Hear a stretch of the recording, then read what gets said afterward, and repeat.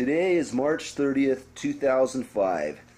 We are about to embark on an interview with Robert Bud Jensen, born December 12th, 1921, and still kicking hard. So sit back and enjoy the interview. It's always fun when you talk to Bud. Okay, Dad, we're going to talk about your childhood first. And we've talked about some basic adventures. I want you to start by telling us about your adventures sliding down 8th South on your sled. What do you remember about that? Just remember that I got down there safe and sound, scared to death. Well, there was nothing out there, but just there's just a lot of straight road. I thought, oh boy, take off. And I didn't realize that you had some way you got to stop, start, you go across a couple of streets, but we made it anyway, bounced through a few ditches and up the side there. And came to a rough stop on 8th South and 9th East. Which is, well, that's 2 big blocks, but I mean, there was nothing out there but just straight hills and a few cars coming in from the sides. And, well, Okay. we got on it and went after it. Okay. Tell us about your adventures at Liberty Park and ice skating specifically. The time that you met the water. Well, Liberty Park was a great adventure for me. The pond that was covered over with ice is where I thought I knew all about it, because that's where I used to work with the putting out the rowboats and things like that. Of course, I was just a little kid, but anyway, I got the skates on. I used to go over there all the time, and we were skating on this ice and racing for the goal to slam the puck in the goal. And I did, but I also slammed myself flying into the water. That was a frantic thing. I didn't know what to do, so everybody, all the guys were dragging at me, trying to get me out of the water, which I did. I got out. I didn't stop for anything else. I just turned down to the land, and I ran over and on my skates, and I got running down the road through the middle of Liberty Park with my skates on and myself wet. And I went flop, flop, flop, flop. All the way home, right? I went from there all the way home, ran in the back door and ran down the basement and tried to find something to cover me up so I could get warm, yeah. warm. Now Took off the skates, and wow, I didn't realize what damage I had already done, you know. So there I was, sitting in the bed, wondering, my parents were wondering what in the world had happened to me.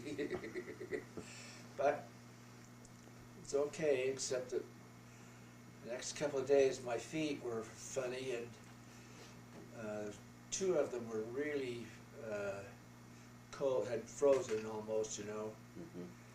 So I had a difficult time just clippity-clopping along. Okay. Well, let's see. You had some rather traumatic events in your childhood. Let's start with the car accident that you were in with your mom. What do you remember about that? Well, it was my first adventure, just starting down to the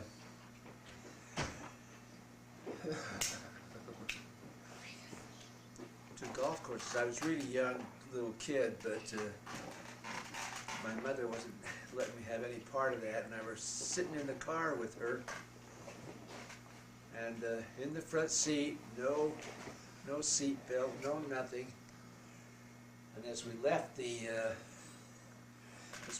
the golf course, we ran across a pair of big streetcar tracks. And when we did, there was somebody else coming down right straight at us. So my mother tried to miss him, and we got hit on one side, and she turned, and we ran over into the curb, and I went through the front windshield. Oh boy. Well, that was a big surprise and a lot of damage to me.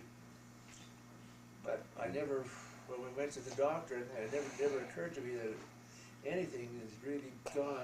I had a whole eye full of stitches and wrapped through the middle of my head and both eyes, and there I was. Wow. Okay, tell us about when you and your buddies were playing and they rolled you up in a rug. They what? Rolled you up in a rug.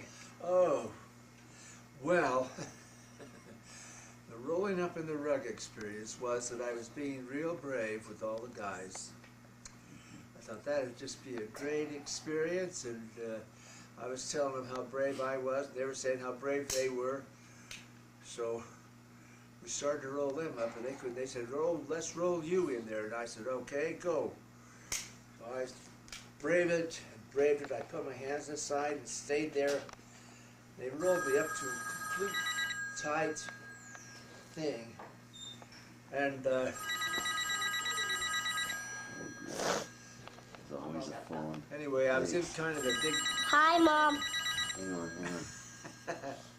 Finally, I found out that when I was in this thing, I didn't realize how terrifying it was, because I began to feel terribly close, and I couldn't move my hands and arms, and I was really having difficulty breathing. So I was there, I was really getting kind of frantic, and I was yelling out to everybody. Those guys had left just to go leave me in there for a while. Well, they left me, and I yelled and screamed. I couldn't get the thing unrolled. And finally, Mrs. Davis, who was the mother of one of the boys, came out and rolled me out of the rug, and I was in tears, shaking and crying. Yeah.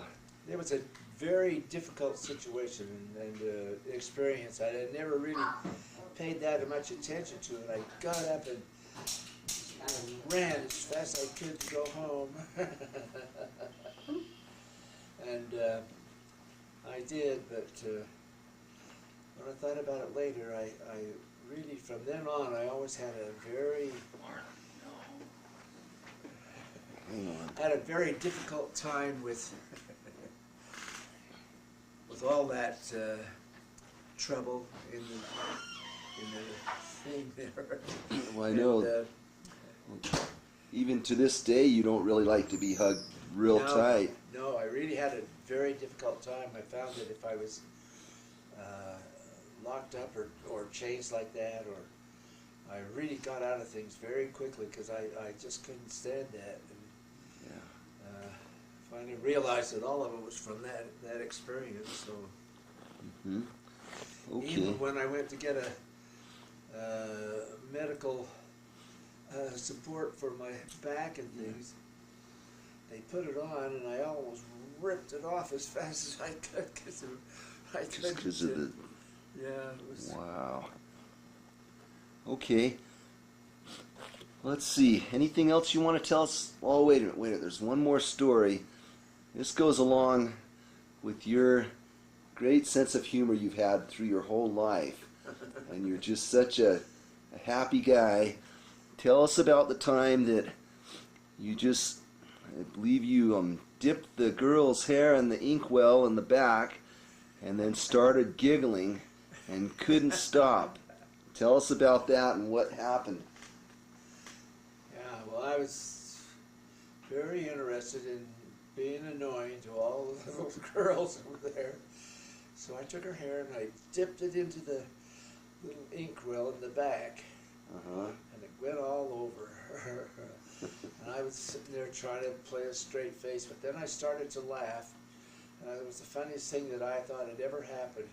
They were all looking around, and everybody was laughing, and I was laughing. And that didn't come out that good after all, you know. My mother had to come up and rescue me. They were had blocked me out, taken me right out of class, and made me stand out in the hallway. Said, "You're out of here, Jensen." It was fun. Okay. I'm going to hit Okay, go. my friend and I. Well, my friend and I, Al Al Jones. Jones, we were out at the golf course from morning till night every day at Forest Dale. And he and I would play. We'd play golf when we got a chance. We'd caddy, and we're just really a part of it. But one day we were out there playing, and we played with some of the other guys before, and we'd play for 10 cents or something like that, you know. Well, here were two guys standing on the side. We looked at them, and they looked at us and said, "You guys gonna play?" We said, "Sure." We played. We was gonna have a little game, and the game was something like $1 a hole. Neither one of us had more than 50 cents. But we thought, oh, hey, these old guys, we could clean them right now, you know. But anyway, we played, and we were having a very difficult time all the way around. We got in, and we owed them some money. We said, "We don't have any." We said, "We're going to call the cops, you know, because they were really getting tough. They were acting like they were criminals. I think they were just putting us through this, you know." The guy said, "Well, just stay on this bench and don't move," he said, you know. And he acted like he had a gun in his pocket. And we said, "Oh, yeah, we're going to stay right there." Oh, well, anyway, finally we got that squared away, and the guys left, and you know, and that was about it. Well, Okay. we never did get over that one, because every time we came, we'd be looking around to see if they were there. Okay. Well, moving ahead, tell us about your days as a youth tormenting the alligators at Liberty Park. Well, it brings a laugh, but I realize how simply foolish that was. There were a couple of small ones. You know, they looked small, but there were a couple of big ones too. But we never realized that alligators were something else. So it was a brave act. The guys would say, "You go over." I'd say, "No, you go over." I'd say, "Well, okay, I'll go over." I'd go in, and I ran down and got out there, and all of a sudden, I don't know where comes this jumping alligator coming up and looking at us and start creeping toward us, you know, and all the guys are saying, "Get out, get out." And I said, "No, I'm going to stay there." I go, boom, like this. Then it got up and started coming at us. I turned around and I ran as fast as I could and got up over the fence. I didn't realize how really frightened I was, because that thing was a big problem. And also, some of the park guys saw us over there. They said, "Get out of here! You guys are nuts." Well, we were just kids, or little kids horsing around, and it was something to remember. Well, tell us about some of your football games at Liberty Park. Well, that was a big thing for us, because we played football together on Saturdays, and sometimes after school we played till dark, you know, and we did that all the time. So if we had been playing for a team, we'd have all the practice that we needed, and we had a good team. But also, there was kind of a division of players. Down the street were 4 or 5 guys that played together all the time, and up the street where we were, there we played. So we'd get over and play, and we really had some real scrappy fights in there, playing, trying to get through the ball game, and every once in a while we'd get somebody hurt. But oh, it was a good experience. And so by the time I got up there to play high school football, I'd already been through most of that junk, so it didn't bother me that much. Okay. I want to mention here, you lived across from Liberty Park for a number of years in a duplex. And who lived in that duplex with you? I know, and your relatives lived next door. I think you had an aunt that lived next door.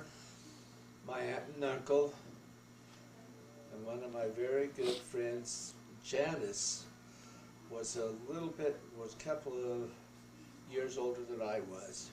Mm-hmm. She was there, and so she just kind of teased me along all the time. I was trying to get them to give me But the funny thing was about it, I was the only guy. All the girls were meeting over there all the time, including my sisters and that. And I was the only guy around, so I was really kind of an outcast. But I hear you got back. I hear you were quite the tease yourself. Yeah, I used to tease them all the time. And I'd get up and I climbed up on the roof one time and I was waving at them and I was saying, "You look at me, I'm going to jump across here." And they said, "No, no, don't jump, you know. I says, "It's nothing." I got back and I ran down the roof and took a jump across.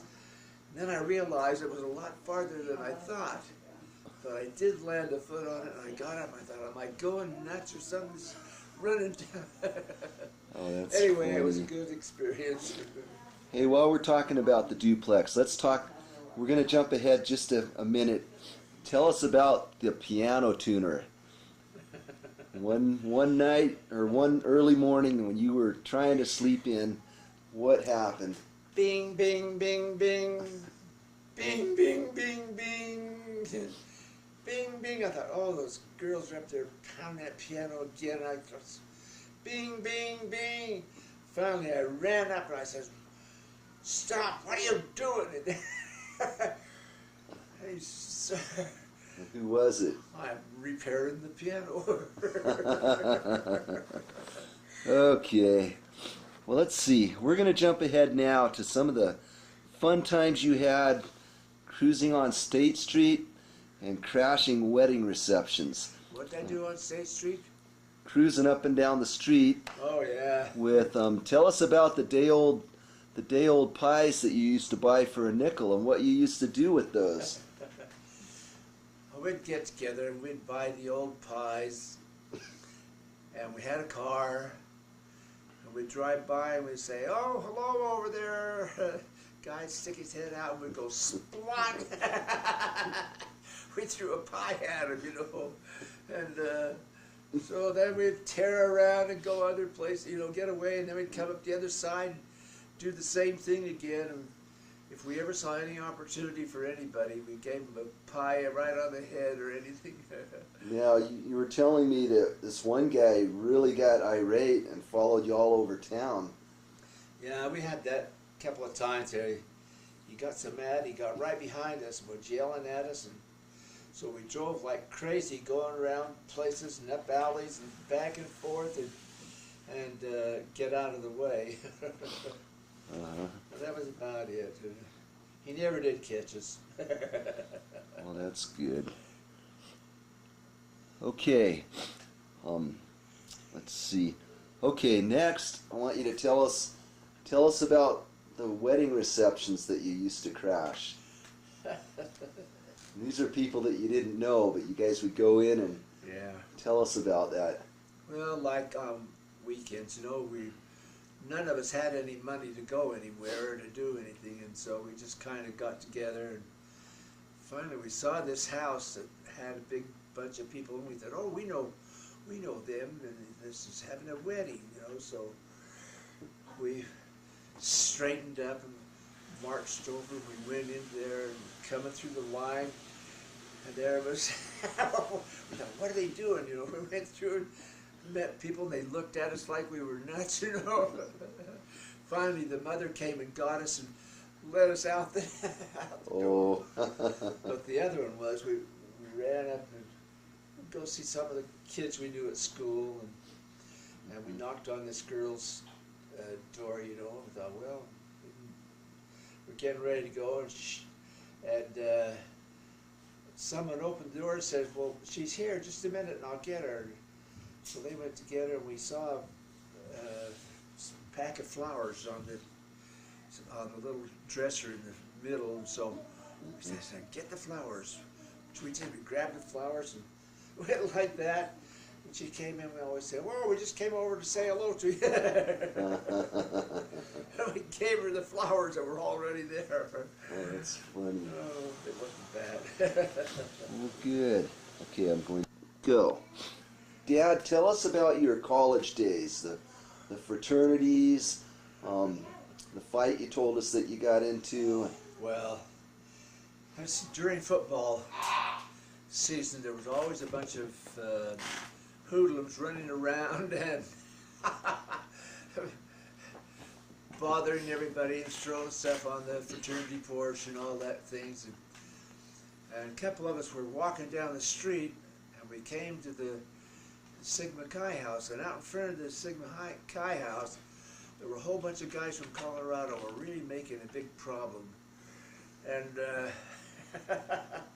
so we marched down there, and they were getting kind of tough with us, but we didn't give any way. And finally, the guy took a swing at me, and I hit him back, and then we got all the others. They came over jumping in there, and we were throwing guys into the cars and checking them out and running all over.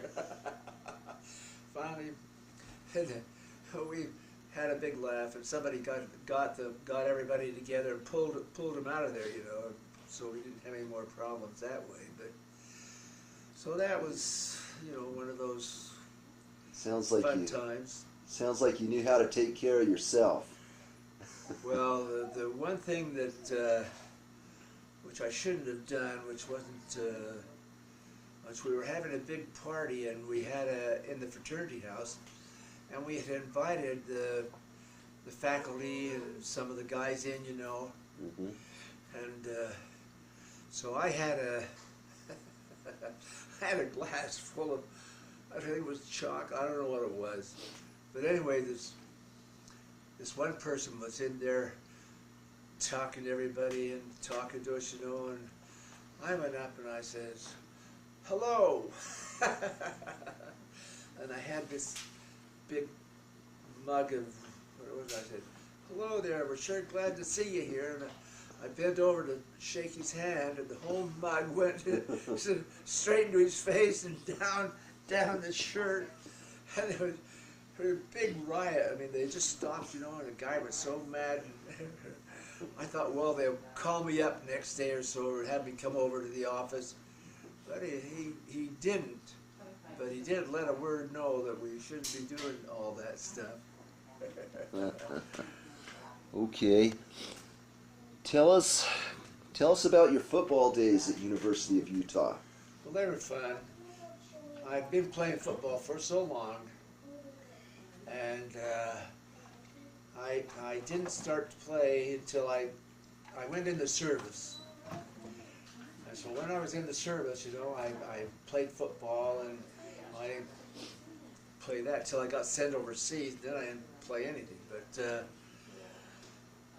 anyway, it was always a major thing in my life that I wanted to be a football player, and that was always, I thought I really had it down. So I was up there working when I'd just gotten out of the service, and I was working on one of the places, and I could see the football guys getting ready to play, you know, so I thought, you know, I'm going to go over and see what I can do. So I just walked over, and I went in the gymnasium, or in the stock room, and I said, you know, I'm here, I want to try out for the team. And the guy looked at me. I really wasn't that big, but I weighed 150 pounds. I was about 5'8", which was okay, and I was very fast. Anyway, they gave me the equipment, you know, and started me playing. Well, I found out that playing with some of those guys was like playing with the kids that I'd grown up with.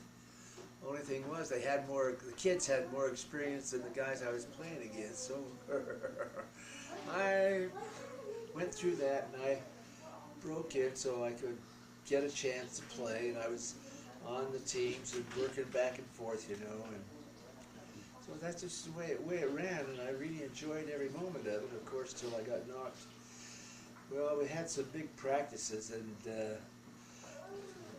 I was playing one of the backfield guys from Colorado. In other words, I was the Colorado team, and Utah was getting ready. And here was this big kid who was in the end that I'd known ever since high school. So my job was to go out and knock him down so that he could Well, I did. I really knocked him flat on his ear. Of course, I nearly broke my leg. My side, I nearly did that, you know, hitting him. But prior to that, I'd had a chance to do all kinds of things like following up on plays, you know, and doing things. And they brought the Aggie team up one time. We played all the reserves, and then we brought the BYU team in, and we played that, you know. So it was a great experience for me, except that I couldn't walk after that, and it was a very difficult time. Tell us about your operation on your leg that you had to have, and how you felt about that, and what the doctor said to you. Fortunately, the Veterans Administration was around, and I was able to go over there because of the service that I'd had, and they were doing it. And I didn't know if those guys were putting me on or not. They told me that we might have to take your leg off, you know. I thought, oh, don't do that, you know. But there I was, stretched out on the table, and they were checking it over. And said, all right, let's get ready and take him in there, you know. And I thought, don't cut my leg off. Well, they didn't. But I really had a difficult time walking from then on, and a lot of problems that way. I could still play golf, except that that leg would be a problem to me all the time, you know. So that's just one of the things. Yeah. Okay. Dad, tell us about before the war and getting ready to go to war, and how give us some of your feelings about that time in history and how you felt about it. Well, yeah, it was really a sudden shock to us. Never thought much about it, you know. There was always a war in Europe and things like that, but you never thought about ourselves being in it. And so I was working in a service station between classes and stuff like that. It's the only way I kept earned enough money to stay in school. And you know, it was a lot of fun. But when we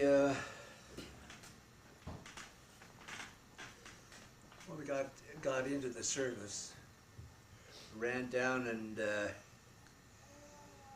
well, I was in the university, and I was really trying to find a good spot into the military, and I was in an Air Force program that was going along, and I was just thinking, oh boy, I'll be up there flying pretty soon, you know, and everything will go okay.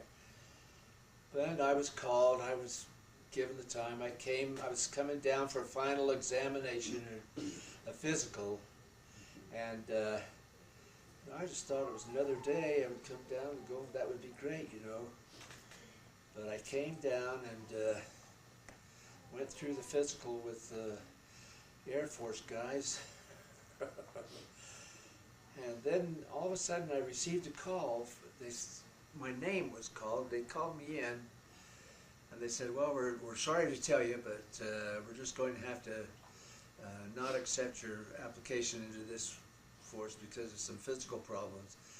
And I thought, me, you know, I was an outstanding athlete and had all kinds of muscle strength. And I thought, hey, there would be nothing like that.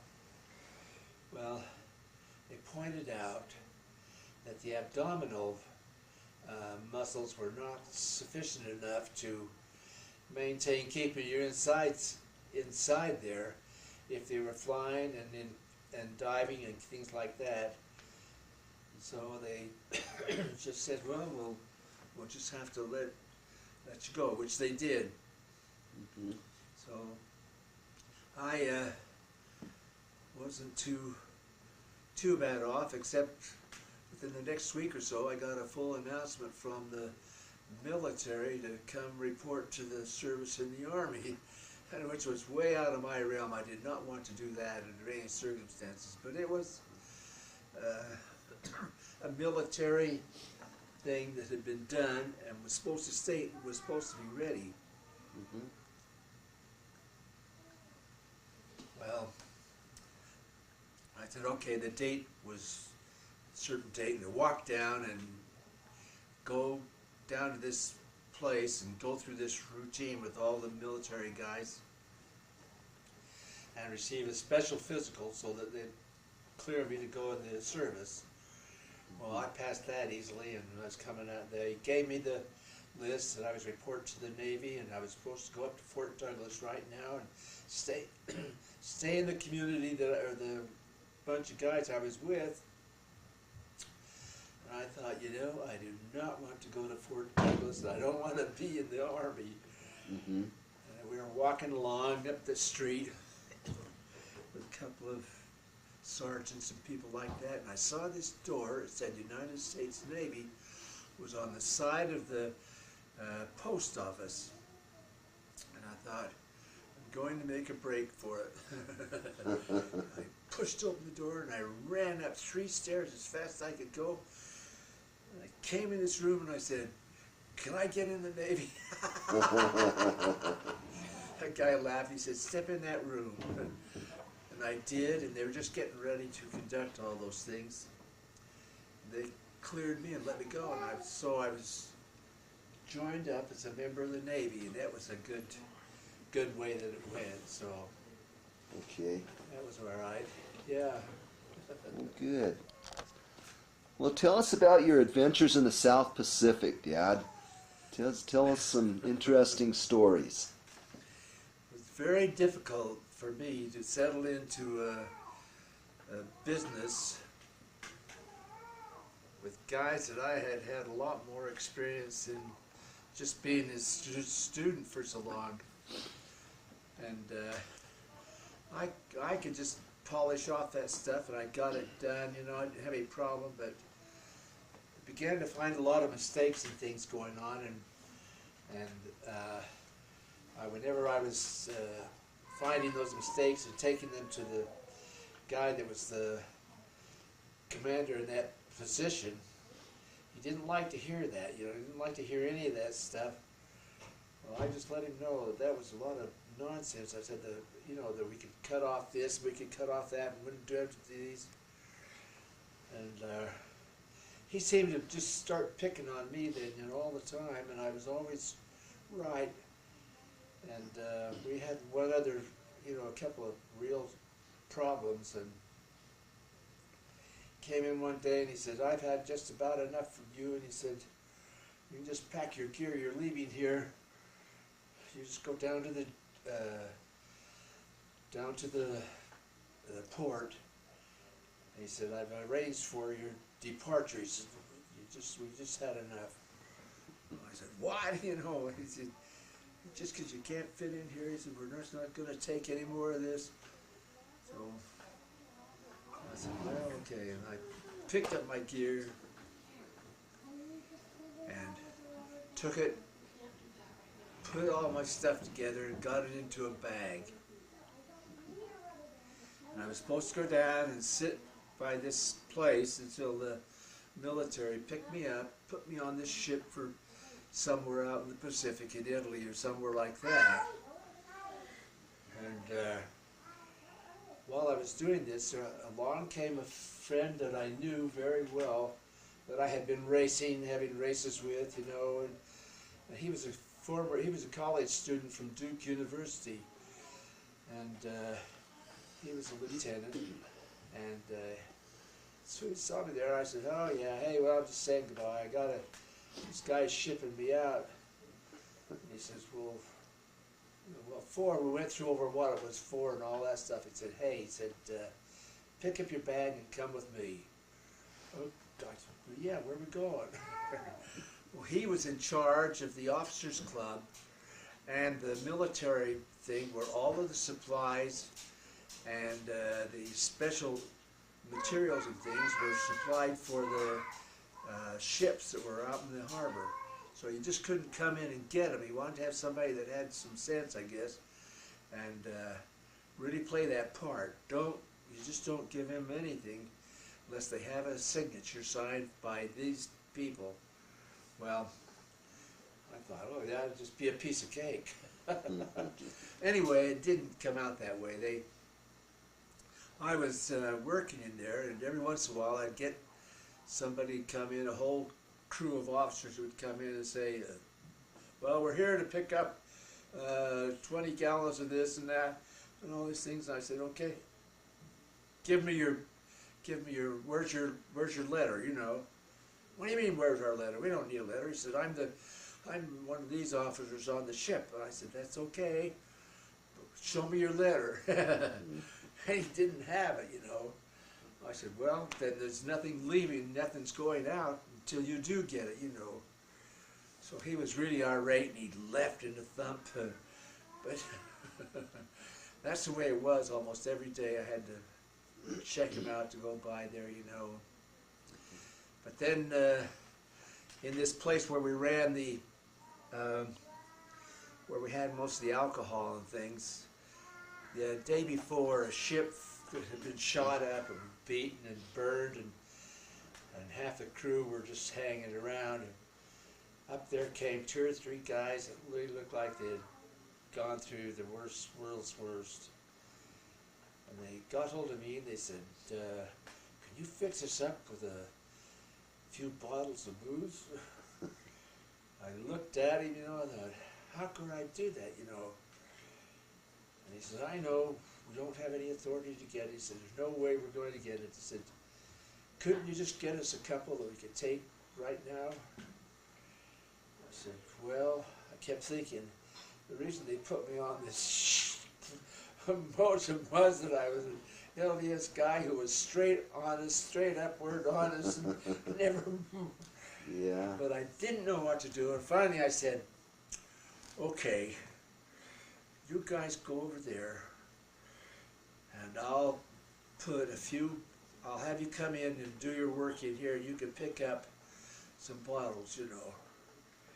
And so in they came, they looked around, do. I just left. They put their stuff in and left, and the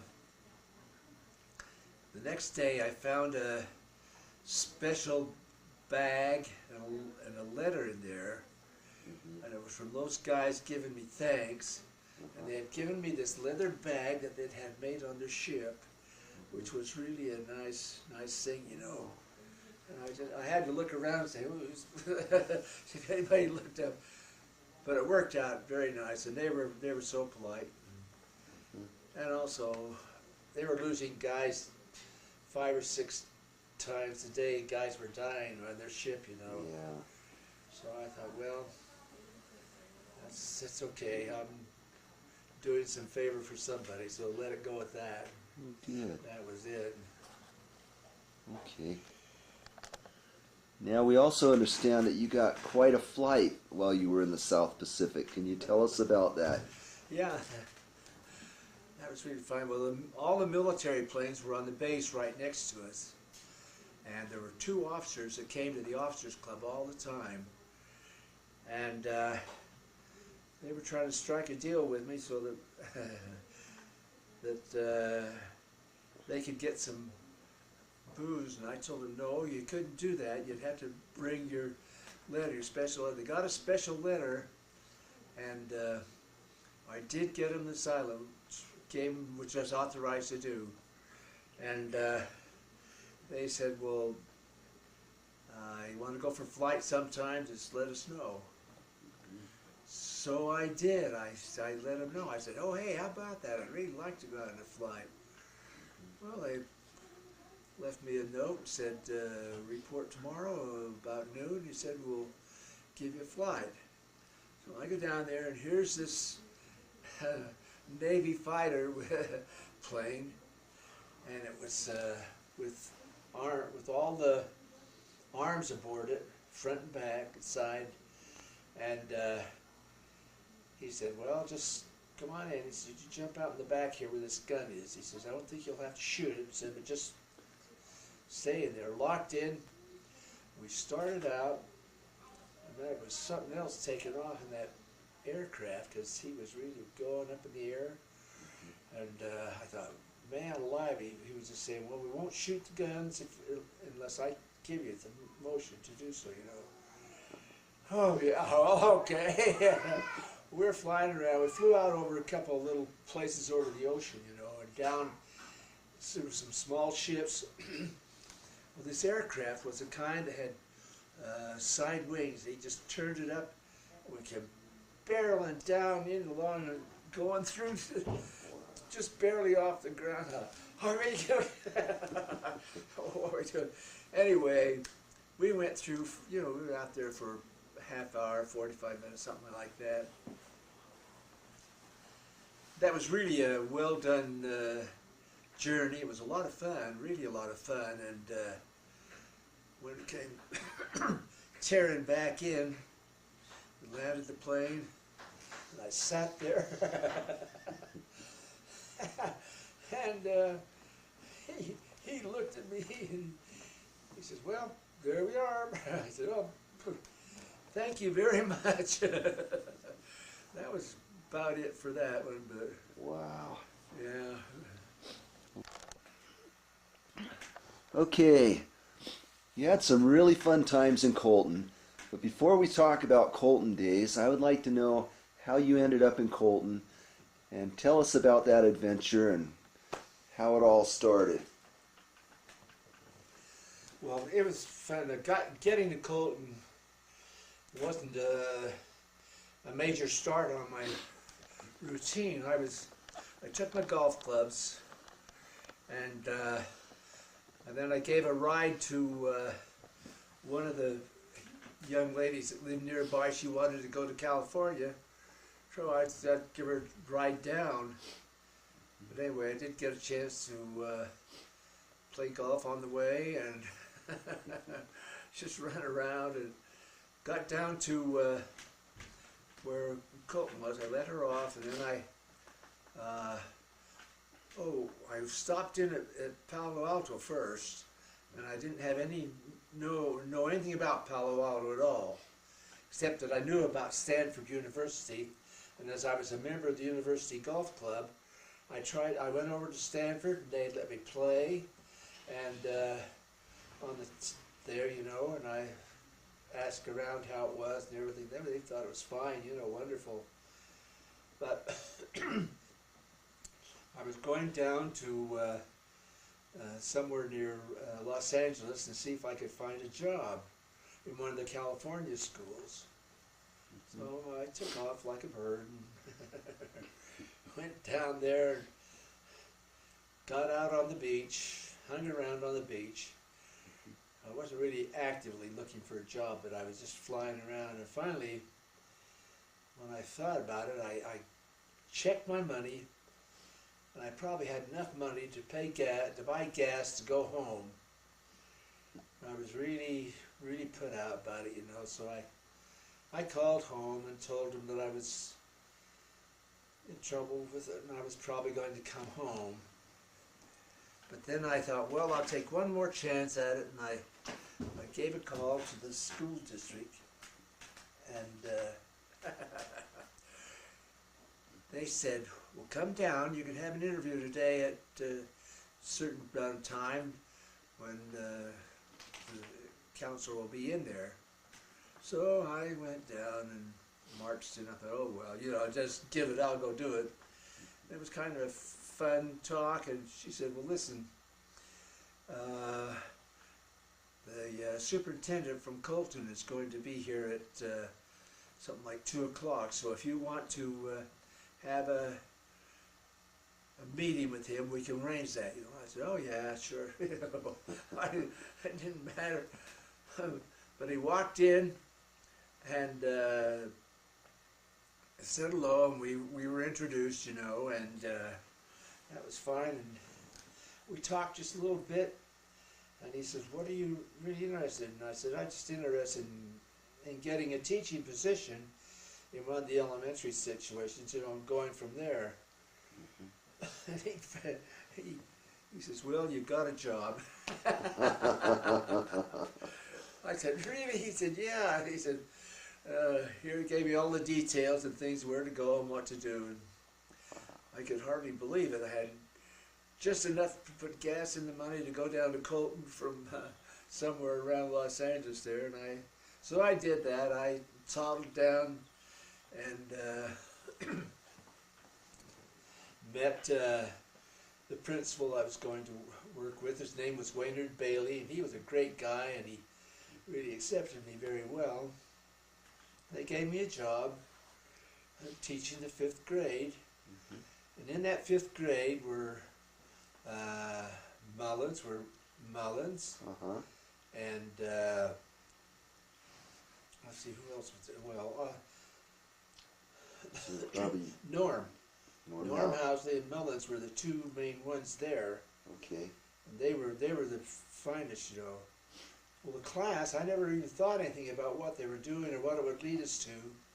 But the class was just such a super class, and we just had more fun than anything. And the best leader in the class was Norm Housley. He was one of the original members of the '54 Little League World Series team. True. He was one, and Mullins was another very good student, very quiet and things, but he accomplished everything in a first-class way. Then we all got together and worked and helped teach one of the kids in that class who didn't know how to read, and we really spent a lot of time doing that. Well, that was the introduction to Colton. And I had really a good time there. And when I was teaching school, I'd get out of school, pick up my golf clubs, jump in the car, drive down the road a little ways and play golf on one of the really nice golf courses, you know. Come back and then take up the pieces where we left off. But that was a good start for Colton. The next year, I was given a position at McKinley. Well, I was quite surprised. That was very nice. McKinley was a great thing. Principal was a great guy, and it was a lot of fun. I was up in the avenues a little bit, and we went off there and went to that, and the dog just jumped up and said hello. Yeah, that's okay. Well, say hello, Peppy. Hi, Peppy. Peppy, you want to go for a walk? Oh, he got excited. I was just kidding, Peppy. Okay, back to the script. All right. Well, let's see. What other interesting highlights did you want to touch on? Any other interesting highlights with teaching? With teaching, and I'm telling what. what other highlights did you have as a teacher in Colton? I understand you got to teach art in Colton. Was that in Colton? Yeah. You got to be an art teacher, and Well,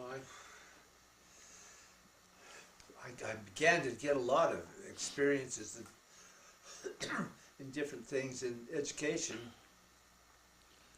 And the principal that I was working for was a baseball pitcher. oh wow, See how wonderful that was. Yeah. He and I got out at recesses, and he would pitch to me. I was a catcher, and he would pitch to me. So that was kind of an exciting thing. It was good for us there. And then, you know, there was a lot more to the Colton experience than playing catch with the. Okay. But Okay. What I want to do now is touch on baseball and Little League, and also on the trip to the Little League World Series in 1954, where you were one of the coaches. And I want to emphasize that you, as a referee, as a coach, anytime you were officiating, you had a reputation for calling it as it was and no messing around, and you wouldn't take any flack from anybody. You know, when you saw it, and that's how you called it. yeah. And that will become important as we touch on the aspect of the foul ball that was hit in the final game of the 1954 Little League World Series. First, I'd like you to talk about your game, which was the playoff game between who would be the manager and who would be the coach of the team to go to Williamsport, and why your team lost. It has to do with Tom Hinkle, the catcher. And we'll go from there. Tell us what actually happened. What actually happened in that was that there's no doubt that we had the best ball team. We were leading all the way along. We weren't behind or anything. But it was just getting down to the situation where there was a lot of runners on the base, you know, and we were getting calls and things, and we had Mullins' team had a runner on third base who was my student in. It was Mike Mullins was on third base. Yeah. He was a very fast runner, I hear. Oh, like a streak of lightning, and he was hanging on third base, and there was a weak hit to shortstop. Our shortstop gathered the ball and fired it into the home plate. And here comes Mullins. But also he had left before. He was really well on his way. And he came and he slid into home plate. Catcher had the ball and everything. The umpire immediately called him out, the runner out. But our great little catcher, not so little, Tom Hinkle, was a big guy, and he came running over and he said with all sorrow and kind of a sobbing attitude, he said, I really didn't touch him, I missed him. Well, there was a real share of honesty and fair play. You know, I hadn't heard that kind of stuff for a long time, but that fit right up my alley where I would call. I said, well, okay, you go back and tell the umpire that. We marched over, and he told the umpire that he missed the tag. And the umpire said, what did he say? Batter's safe. He said, safe. And that really made a big difference in the ball game.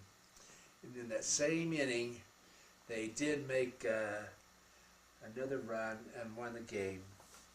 Well, that would have, in other words, the game would have been over if he had been out, which Right. he was. But anyway, it really took a lot of courage. And when he came over and marched over there and marched back and said those things, you know, that was real shock. And I'm surprised. I looked at all our ball players that were there to play, to get that Yeah. win, you know. But they knew that it had been the right thing to say, was to do that. So That's good. Tom Hinkle was the star. He didn't know it, but he was. Yeah. And that was, that was a story that was told to us as kids all growing up. Yeah. We always, it was a thrill for Carolyn and I to get to meet Tom Hinkle at the 50th anniversary. We told him about that. And of course, Tom Hinkle's just this big, strapping, nice guy. Yeah. And it was really a pleasure to meet him and, tell him about that it had meant so much to us. It had taught us, along with you, saying, hey, go tell him that you missed him. Yeah. With all that was on the line. You would have been the head coach. And, if you would have been the head coach, the documentary film would not have been made. And That's so, right. it's kind of and once again, I want to point out that in your life and career, you've always done it for the kids, and you haven't been out for the limelight and the glory of it. It's always been for the kids. And I never gave it a thought that it would be we wouldn't be the #1 team to represent the baseball. Yeah. That was okay. I was glad. I saw Tom, and I kind of just smiled inside. Here was a guy displaying all this confidence and the common sense honesty. Those were the facts, the figures that we had been practicing and trying to establish with kids, was to be honest with their interpretations and not be a special bunch of liars or anything else like that. We could just Well, let it go. Well, it happens so much in today's world. You just have coaches shut up, don't say anything. Yeah. But the principles of honesty, it was taught. Okay. It did. It was a good thing. Okay, moving on. We talked about you were able to film the documentary film about the trip to Williamsport. And what were some of your feelings on why you did that? Why I did what on the Williamsport thing? Why you took the film? What was the meaning behind that? Well, basically, I was given the position to report on the team as kind of an afterthought. Here our team finished second, and then they selected somebody to be the assistant to the coach who wasn't even in our league. And then so I was put on, well, okay, I'm not going to just let this go. I'll do the best I can. I'll give it a shot. So immediately I started out, I thought, I'm going to show these guys, the people that see this film, what these kids are like when they're just out there doing things and having a lot of fun. So we started out with that, and away we went. So actually, I didn't have a lot of authority as a coach on that team, but as a teacher and their teacher, I had a lot of respect from them, and they really paid a lot of attention to me, and I made sure that we were first class and we did the right things. And I just stayed away from all the evil things and the type of things that were present, and we did the straight things as any good kids would know. So that was basically just the way we went. Okay.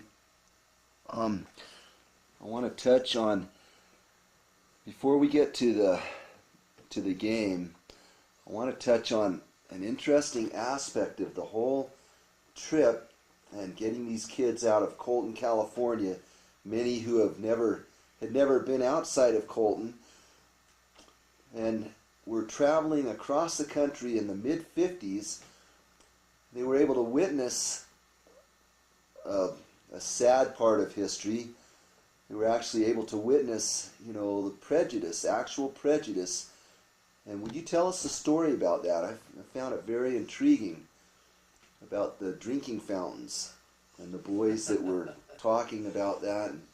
Well, they were very much aware as we went across. They were like kids who say they had never seen any of these. And I made a very special point out of photographing them watching things. And when we reached Chicago, there were all those big buildings and things like that. I took pictures of the students in that element, and yet I took all the pictures around that I wanted to share with them. This is what it was like, and not to forget it. And so that's the way we went, from there. And we were realizing, first of all, that we were meeting a lot of different type of people than we'd ever seen before in our lives. And it was like a bunch of boys, let alone they hadn't stopped and looked at a building that was 10 stories high. But I didn't pay any attention to that. I took those pictures because of one thing, was to help these kids to really put things in place and do that. And they won a wonderful reception in Williamsport. By the time we got on the train again and went to Williamsport, Pennsylvania, and were met by the people there who were running this big series, they were very, very thrilled with the opportunity to be there. Okay. What? Yeah. Tell us about the drinking fountain incident also. About when the kids, when you were asking the guy, what's the deal, with the... Because that's a very thing that they had never had to deal with the blacks having to sit in the back of the bus and having a white only and a black only drinking fountain, and remember what the boys did when they they Yeah, said, well, what's the difference? And remember what the boys all went over Sure. and took a drink out of the black drinking fountain. And the bus driver that you talked to, when you asked him, he said, well, what's the deal with the blacks having to sit in the back of the bus? And, you commented to me, he all of a sudden got a real grim look on his face. Remember what he said, that's something we shouldn't be talking about. You said, it's best if we don't discuss that. Yeah. With a real serious look on his face. Okay, well, let's go to the game, to the Little League game. And You want me to tell you about that? Did we just talk about the little no, fellow? we talked about getting to Williamsport. We need to talk about the foul ball, the final game, and the foul ball. Now, before you start, this part of the documentary is going to be shown. We're going to give it to there's a gentleman making a documentary film for the Poughkeepsie team, and what the controversy was that supposedly there was a foul ball.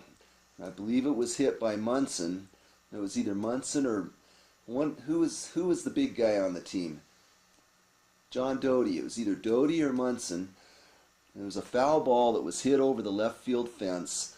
Now, what happened when the Poughkeepsie team called Danny Carrasco up, and they said, well, do you have anything that you want to say to the Poughkeepsie team? And he goes, yeah. He goes, tell them at the reunion that we have a coach, one of the coaches, Bud Jensen, saw that foul ball, or saw the ball that was hit over the fence by one of our guys that would have won the game. Yeah. That was called foul, but he was up in the press box, and he distinctly remembers seeing it called, fall on the fair side of the tree. There's a tree out there, and anyway, go ahead and tell your version of exactly where you were, and after the game where you went. You went out there and checked it. Go ahead and tell your version of that. And I just want to, go ahead. Ready? Yeah, I'm ready. Well, I was just seeing it was a tough ball game we were playing there in the finals. Really good. And I was up in the press box and had a complete view of everything all over the field. And I was taking notes and taking care of everything to keep on there. Plus the film, I was shooting the film. And finally, I think it was, I've forgotten who was hit that. Oh. It was, they know who it was. But go ahead, and one of the players cracked a ball over the left field fence. Well, in a very special time, we had a good rally, and they were hitting the ball very well. And John Doty was up, and he poked the ball over the left field fence with runners on the base. That would have sewed up things like just it would be over. Won the game. And we all looked out there, and us guys in the booth sitting up there, we got a good view straight down that line. We could see it all the way, and we thought, yowie, that thing is out of here. It's a home run. Mm-hmm. But then we started hearing that the umpire was saying, foul ball. And that was a real disaster. It was kind of tough to take. They had all the runners going, and then they had to take them all back, and that was the stuff. But no, we thought it was, and it wasn't discrediting the umpires, but we thought he was out of position under the tree on the thing. You could never see the contrast. Mm-hmm. First of all, if the Little League people had put a large pole up there instead of a tree, you couldn't tell which was in and which was out.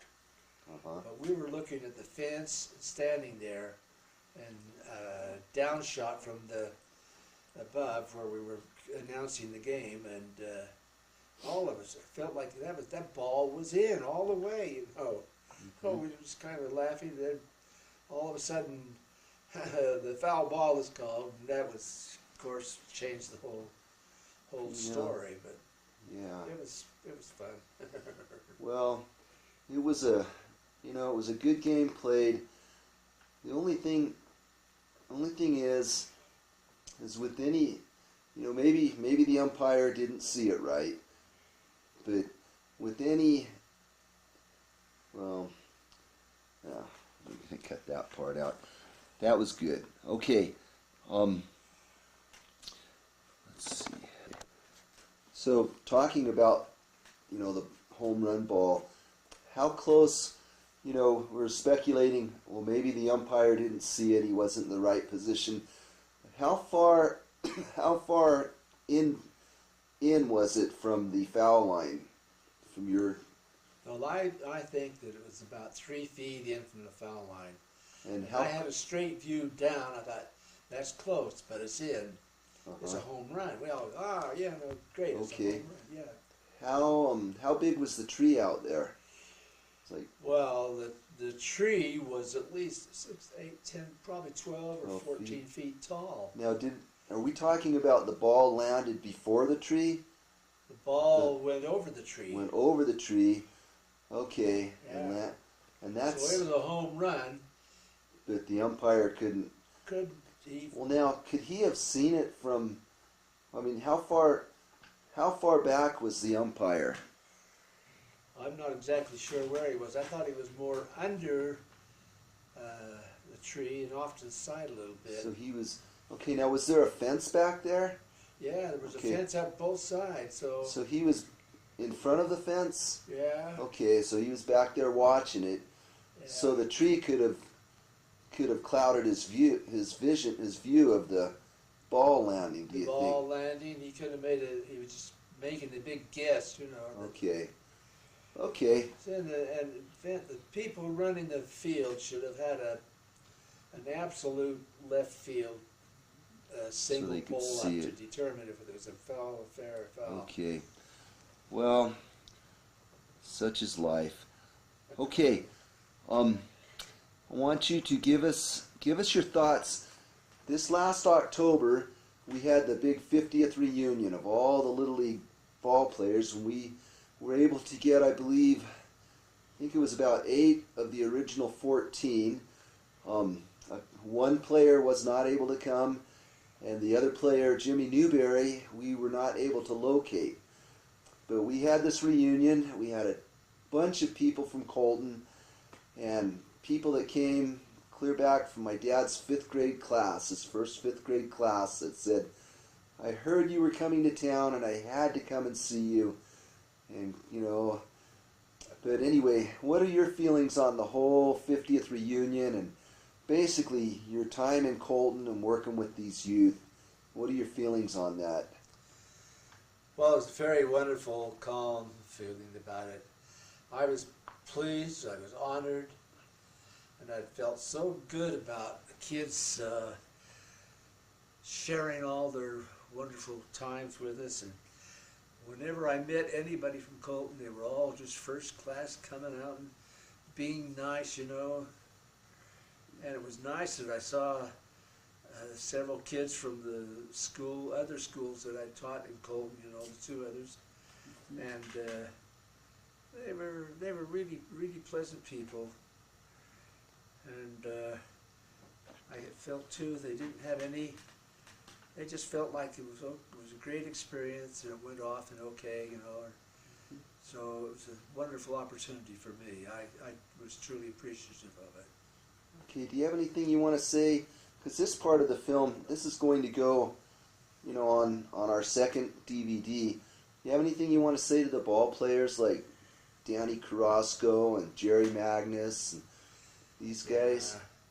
I was really pleased with the association with all those ball players and the wonderful way they've treated Danny Carrasco was a wonderful baseball player and a nice gentleman in that. And then it should be acknowledged the many wonderful things that he accomplished in the world of education and how polite and kind he was to everybody. And several others that had the chance of meeting and they gave everything they had to see that was a good team down there, and we had a lot of fun. And I would say that Colton really conducted themselves in a very big-time manner, and I'm sure that the people were very pleased to be around those young men and the coaches and people that were there with them. So Okay. it was very nice. And the final question about Colton. Where's Colton? What? Mentone. What's that? Hang on. And the final question I have to ask is, where's Colton? Well, I'd say the only thing about Colton, where's Colton? It's near Mentone. Yeah. Okay, you're on. You're on. Well, I really never wanted to leave Colton. That would have been the last thing I wanted to do. And I found out that no matter what, I always ran across one of the guys that was either playing ball, had played, or had been to Colton, and they were all wonderful friends. Very nice. And when I was getting ready to finish my master's degree at the University of Utah, had to get that in. That was good. But I came down to the junior high school to pick up some of my materials, and outside were all these guys that had been playing baseball with us. And they were having a little football game, so I said, well, wait till I get my stuff and I'll come out and play, you know. So I did. I came out and played for quite a while. And then when I was getting ready to go, I was looking around and I was feeling for my wallet, you know, and I was going to get my car, and I didn't have my wallet. Well, every ounce of money I had was in that wallet. I thought, well, that big field out there, the field in front of the office here where we were playing might be. Yeah. Here. Yeah, well, I was going back to check, and I saw over on the corner, I saw all those guys were sitting on the front doorsteps of Colton Junior High School. And I walked around and I looked around, and they all looked at me for a while, and finally Mullins got up and he says, "You looking for this?" And he brought this wallet over to me. It was every dime I had, and I was going to go up to school to get my master's degree. Yeah. And I said, "Oh, I can't believe how wonderful this is, you know, how great it was." They all laughed and went on with it. So we went on from there, and I went home and got our family together and started out on a trip for Salt Lake City. Okay. Dad, tell us about Palo Alto. Well, Palo Alto was a very wonderful opportunity for me. First of all, I was given a great position in one of the schools, and I felt right at home with it. It was just like I had left Colton, but Palo Alto was a nice, wonderful place. And it was just, the school I went to was just like I'd almost never left Colton. But we had a wonderful time, and was able to reestablish the program, and they gave me a lot of leeway as a teacher to establish new programs in physical education for the Palo Alto students, well, which I did. And over a period of time, we were able to develop a program called Movement Exploration. So my friend and I got to work on that, and pretty soon we were traveling around in the school district introducing these programs to all the different grade levels, and it was wonderful. It was just a wonderful time, And it felt so good to have accomplished that much in the time, you know. So anyway, I had opportunities to coach baseball, and I didn't mention that I'd been to the Little League World Series once, but I just couldn't get suited into playing with some of those guys, and not the kids, but some of the coaches I were working with were just not doing it, you know, and so I kind of skipped around on that. But anyway, the rest of Palo Alto gave me a real opportunity, and I established some programs in school, and I was honored and written. The governor of the state wrote me several letters about how the program was going and doing a lot of good for everybody.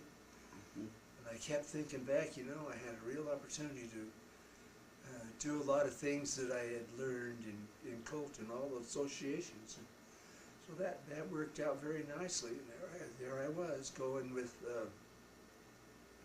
programs that I knew and making it go good, you know. Okay. Dad, we want you to make some comments for future posterity, well, let me read, for all the grandkids and, you know, everybody that's known you, we want to get some insight on you and on your feelings on life and, you know, what makes you Bud Jensen. Well, it's really wonderful. I think that one of the things that really carried me through all of these problems, when I think about it, I always had foremost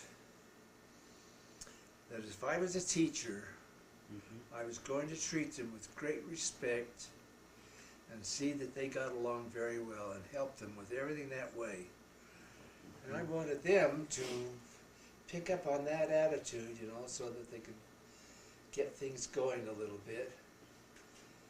So I did that, and I think that when I was teaching, there was a lot of times when I really had to go in 100 miles an hour and help some poor little kid that was being picked on by somebody or having difficulty, and I saved him and got him back in the track, and that was one of the main things that I really looked forward to doing. And not only for just kids, but I felt good about living a good life and keeping it really worthwhile and honest and straightforward to everybody. So I made a very special point out of doing that, and especially when I was a referee. I was a basketball official, and it was more important to me to do the right things, and I wasn't missing the fouls or picking on anybody or causing any kind of disturbance. I just went and did it. And so that's the way with you. I just think that out there is basic principles of the gospel that you've all known, and I often thought back to how important it was to think twice before I would do something really, really dumb and hurt somebody. So the whole process with kids was, hello, it's good to see you, let's get going on it, let's get something nice. We joked a lot, and I got a great kick out of finding enjoyment with children, because when my wife and I and the kids would go to a show in the afternoon, it was almost all the time before we got in, about 6 or 7 kids would say, "Hello, Mr. Jensen, hi," you know. We'd go in, we'd be sitting down in the theater, and somebody on the other side would stand up and say, "Hi, Mr. Jensen." So I thought, well, that's great. I could hardly stand it, but it was really a lot of fun. And the main parts of the whole plain was following the gospel of the Jesus Christ, and know that you live those standards and you present self in that light all of the time, and it really takes a lot of courage to keep it going. But that's what I did. Good. Well, thank you very much, Dad. And this has been a lot of fun for me also to do this. And so, with that final thought, I think we're going to go over and out. Over and out. Great.